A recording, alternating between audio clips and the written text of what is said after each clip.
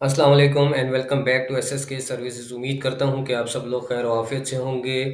All right guys, अपने last lecture में हमने अपना जो है वर्क स्पेस स्विचिंग करना सीखा था कि ऑटो कैड में हम वर्क स्पेस स्विचिंग कैसे करते हैं, जिसमें हमने सीखा था कि हमने AutoCAD classic workspace किस तरह सेट करनी है। ठीक है, तो चलिए अभी हम अपनी नई ड्राइंग स्टार्ट करते हैं। और करंटली करंटली अभी इस टाइम पे भी मैं ड्राइंग एंड एनोटेशन में हूँ, लेकिन इसको स्विच करने का तरीका मैंने आप लोगों को लास्ट लेक्चर में भी दिखा दिया था। अभी भी हम चेक कर लेते हैं। तो हम यहाँ से अपनी न्यू ड्राइंग जो है ओपन करते हैं। ये प्लस का निशान है, ये मैं प्रेस करता हूँ, देखिए न्यू ड्राइंग आ गई। ठीक है, यहाँ पे जैसे ही मैं इसको प्रेस करता हूँ तो यहाँ पे मेरी एक न्यू ड्राइंग जो है, न्यू फाइल ओपन हो जाती है।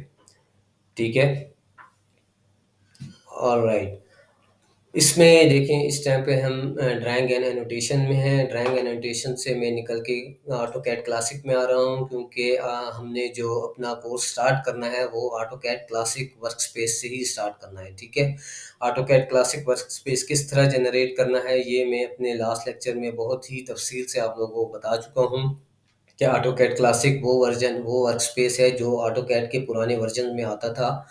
तो अगर आप लोगों को क्रिएट करना है तो काइंडली आप अपना लास्ट लेक्चर चेक करें, तो उसमें मैंने बहुत ही तफसील से ये बताया हुआ है सब कुछ।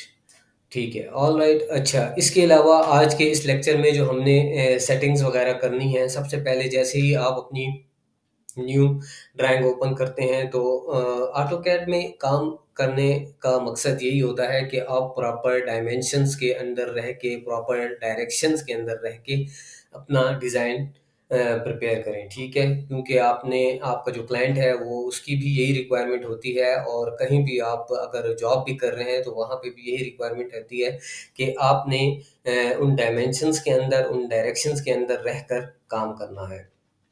अच्छा, इस टाइम पे जैसे ही हम अपनी मेन स्क्रीन पे आ जाते हैं तो यहाँ पे आप देखें कि यहाँ पे ये हमें शो हो रही हैं कि हम इस टाइम पे किस डायरेक्शन में हैं, कौन से व्यू में हैं, क्योंकि हमारे पास डिफरेंट किस्म के व्यू होते हैं जब हम कोई भी ड्राइंग डिज़ाइन करना स्टार्ट करते हैं। सपोज़ अभी हमने जैसे एक लाइन ही ड्रा की है, ठीक है? लाइन ड्रा करते हैं तो उसके हम 4 व्यूज़, उसको हम टॉप से देख सकते हैं, लेफ्ट एंड राइट से उसको हम चेक कर सकते हैं, बॉटम से चेक कर सकते हैं।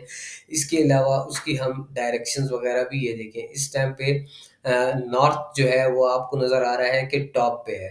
तो ठीक है, इन केस अगर आप यहाँ से चेक करें कि मैं नॉर्थ को लेफ्ट साइड पे मूव करना चाहता हूँ, तो मैं ये प्रेस करता हूँ तो इस टाइम पे नॉर्थ मेरा राइट पे आ गया, साउथ इधर चला गया, वेस्ट इधर आ गया एंड ईस्ट डाउन पे आ गया, और टॉप भी मेरा चेंज हो गया। ठीक है, मैं इसको बैक करता हूँ। ये मैं आपको इसलिए समझा रहा हूँ कि ये क्लाइंट की रिक्वायरमेंट होगी, आपकी रिक्वायरमेंट होगी, तो इस चीज़ में आपने कंफ्यूज नहीं होना। ठीक है, ये यहाँ से बहुत इजीली आप अपने व्यूज़ चेंज कर सकते हैं। ठीक है, ऑल राइट। इसके बाद यहाँ से, इसके अलावा ये आप यहाँ पे भी चेक कर सकते हैं कि ये देखें यहाँ पे अब आपका जो ड्रॉ ऑर्डर है, ठीक है, ये ड्रॉ ऑर्डर ऑटोकैड क्लासिक में हमने जो है टूल से ओपन किया था लास्ट लेक्चर में। अच्छा, इसके बाद देखें अभी इस टाइम पे आप टॉप पे हैं। ठीक है, अगर मैं इसको राइट क्लिक करता हूँ, ठीक है, यहाँ से इस पे क्लिक करता हूँ जैसे ही, तो यहाँ पे आप चेक करें कि यहाँ पे भी मेरे पास व्यूज़ आ जाते हैं। ठीक है, अब इस टाइम पे जिस पे टिक है वो इट्स मीन कि हम इस टाइम पे टॉप पे हैं। अगर मैं बॉटम में जाना चाहता हूँ, लेफ्ट पे, राइट पे, फ्रंट पे, बैक पे, या अपना व्यू जो है साउथ वेस्ट आइसोमेट्रिक की तरफ करना चाहता हूँ, तो मैं ये सारे यहाँ से बहुत ही ईज़िली चेंज कर सकता हूँ। ठीक है? इसके अलावा अभी हम इस लेक्चर में ये चेक करेंगे कि कुछ जो हमने ड्राइंग करने से पहले कुछ चीज़ें सेटिंग करनी है, कुछ चीज़ें सेटिंग करनी है, तो वो हम कैसे करेंगे। ठीक है, मतलब ये है कि जैसे ही आप, अगर आप फर्स्ट टाइम पे अपना ऑटोकैड स्टार्ट कर रहे हैं, अपना आपने फर्स्ट ड्राइंग ओपन की है या फर्स्ट टाइम आप स्टार्ट कर रहे हैं, तो आपका जो इंटरफेस है मे बी वो ब्लैक कलर का हो। ठीक है, उसका जो डिस्प्ले है, तो डिस्प्ले को किस तरह से हमने चेंज करना है। इसके अलावा इसमें हम ये देखते हैं कि आप इस टाइम पे, आप, मैं जो हूँ ऑटोकैड 16 वर्जन में काम कर रहा हूँ। ठीक है, और अगर आप किसी भी वर्जन में काम कर रहे हैं और आपने जो आपकी फ़ाइल है, ठीक है? वो किसी क्लाइंट को या किसी को भी भेजनी है और उनके पास ऑटोकैड का कोई पुराना वर्ज़न है, ठीक है?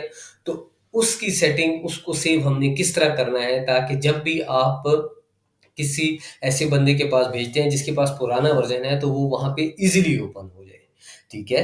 क्योंकि ये काफ़ी मसाइल आते हैं, तो इस चीज़ को भी हम इस लेक्चर में कवर करते हैं। तो इस चीज़ को चेक करने के लिए आपके पास ऑप्शंस आ जाती हैं कि जी आपने अपनी स्क्रीन पे हमने ऑप्शंस में जाना है, ठीक है? ऑप्शन में जाने के भी हमारे पास 2 तरीके हैं, ठीक है? या तो पहला तरीका ये है कि आप जैसे ही राइट क्लिक करते हैं, ठीक है? ये इस तरह का टैब ओपन हो जाता है और इसमें सबसे नीचे आ जाएँ, तो ये आपको ऑप्शंस दिख जाता है, ठीक है?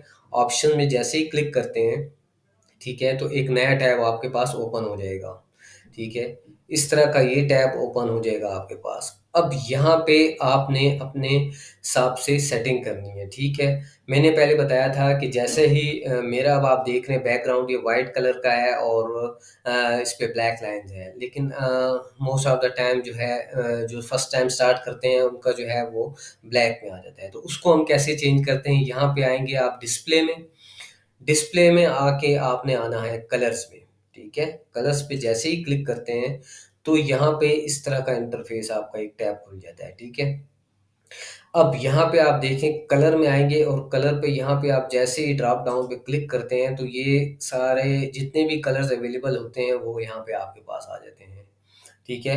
अब सपोज़ मैं ब्लैक में आना चाहता हूँ जी, तो मैं ब्लैक पे क्लिक करता हूँ, ये उसने यहाँ पे आपको प्रीव्यू भी दिखा दिया, ठीक है? अगर आपने यही अप्लाई करना है, तो यहाँ पे डाउन में आप देख लें अप्लाई एंड क्लोज़, ठीक है? सपोज़ अभी मैं करके देखता हूँ, जैसे जैसे ही मैं अप्लाई एंड क्लोज़ करता हूँ, ये देखें, मेरा जो डिस्प्ले है, वो ब्लैक में चला गया है, ठीक है? जैसे कि आपको नज़र आ रहा है।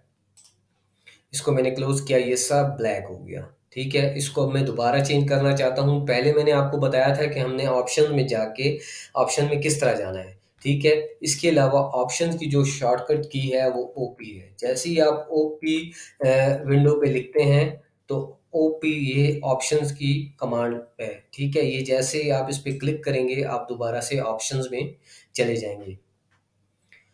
ऑप्शंस में आ गए, आपने अभी फिर दोबारा से कलर्स में आके मैं अपना दोबारा से व्हाइट ही रखूँगा क्योंकि मैं व्हाइट में ही काम करता हूँ मोस्ट ऑफ द टाइम आपसे यही रिक्वायरमेंट होगी कि जी आप व्हाइट बैकग्राउंड के साथ हमें काम करें। तो मैं इसको व्हाइट ही पे ले जाता हूँ, ठीक है? इसके अलावा अभी हमने आपको कहा था कि जी ओपन एंड सेव का मैंने बताया था, ठीक है? वैसे तो हम जी ओपन एंड सेव में करते हैं कि जी जब हम अपने लिए सेव करेंगे तो वो तो 16 में ही सेव हो जाएगा। लेकिन आपने पुराने वर्ज़न के लिए करना है सेव, तो आप दोबारा से इसी तरह राइट क्लिक करके ऑप्शन में आते हैं। ऑप्शंस में आने के बाद आपने ओपन एंड सेव में जाना है, ठीक है? ओपन एंड सेव क्लिक करते हैं तो यहाँ पे देखें फाइल सेव और सेव एज़, ठीक है? सेव एज़ में आके आपने अपनी सेटिंग करनी है और ये देखें अभी मैंने जो सेटिंग की हुई है वो 2000 एंड लेटर देन 2000 ड्राइंग में इट्स मीन कि अगर आप जिसको भी भेजते हैं और उनके पास 2000 या 2000 लेटर का जो सॉफ्टवेयर वो यूज़ कर रहे हैं ऑटोकैड का, तो ये फ़ाइल उसमें ईज़िली ओपन हो जाती है, ठीक है? इसको ड्रॉप डाउन करेंगे, ठीक है? यहाँ पे ये देखें कि ये आप हर जगह सेव जो भी आपने ऑप्शन सेव रखनी है, जिसमें आप सेव करना चाहते हैं, वो हो जाएगी। 2010 है, 7 है, 2004 है, ठीक है? 2000 है और टू लेटर देन 2000 है, ठीक है? ये ऑप्शन है, तो आपने हमेशा इस पे 2000 और लेटर देन 2000 पे इसको सेव करना है, ठीक है? ऑलराइट, इसके बाद हमारे पास एक मेन इम्पोर्टेंट ओपन है सेव के लिए एक और ऑप्शन ये भी आ जाती है कि हम अ, कभी ऐसा होता है कि जी हम ड्राइंग करते हुए सेव करना भूल जाते हैं, ठीक है? तो फर्स्ट टाइम तो जब आप सेव कर लेते हैं, उसके बाद आप सेव करना सपोज़ भूल जाते हैं, जैसे कि हम और अपने सॉफ्टवेयर्स में भी देखते हैं कि कंट्रोल एस के ज़रिए हम अपना वर्क सेव करते जाते हैं। सेव एज़ करने के बाद कंट्रोल एज़ करते जाते हैं, तो हमारा जो हम वर्क कर रहे हैं, वो सेव होता जाता है।